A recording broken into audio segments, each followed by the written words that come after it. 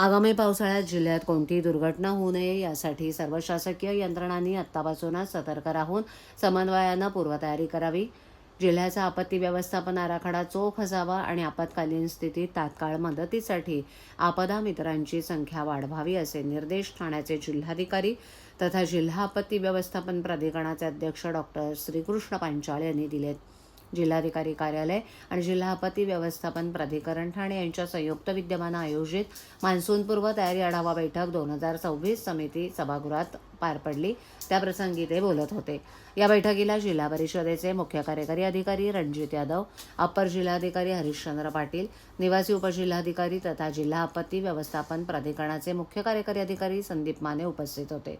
यावेळेला बोलताना ते म्हणाले की सार्वजनिक बांधकाम विभागानं पावसाळ्यापूर्वी जिल्ह्यातील सर्व धोकादायक पूल, साकव आणि जुन्या इमारतींचं ऑडिट करावं.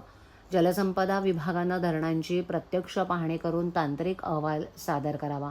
डॉक्टर पांचाळ यांनी आपत्कालीन परिस्थितीत यंत्रणांची गतिशीलता तपासण्यासाठी अग्निशमन दल, पोलीस आणि आरोग्य विभागानं प्रत्येक तालुक्यात रंगीत तालीम घ्यावी. पावसाळ्यात उद्भवणाऱ्या साथीच्या रोगांचा प्रसार रोखण्यासाठी आरोग्य विभागानं औषध साठा आणि वैद्यकीय पथकं सज्ज ठेवावीत अशा सूचना केल्या.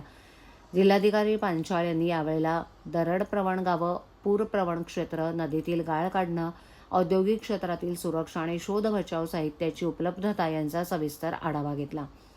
निवासी उपजिल्हाधिकारी तथा जिल्हा आपत्ती व्यवस्थापन प्राधिकरणाचे मुख्य कार्यकारी अधिकारी डॉक्टर संदीप माने यांनी संगणकीय सादरीकरणाद्वारे आपत्ती व्यवस्थापन आराखड्याची माहिती दिली.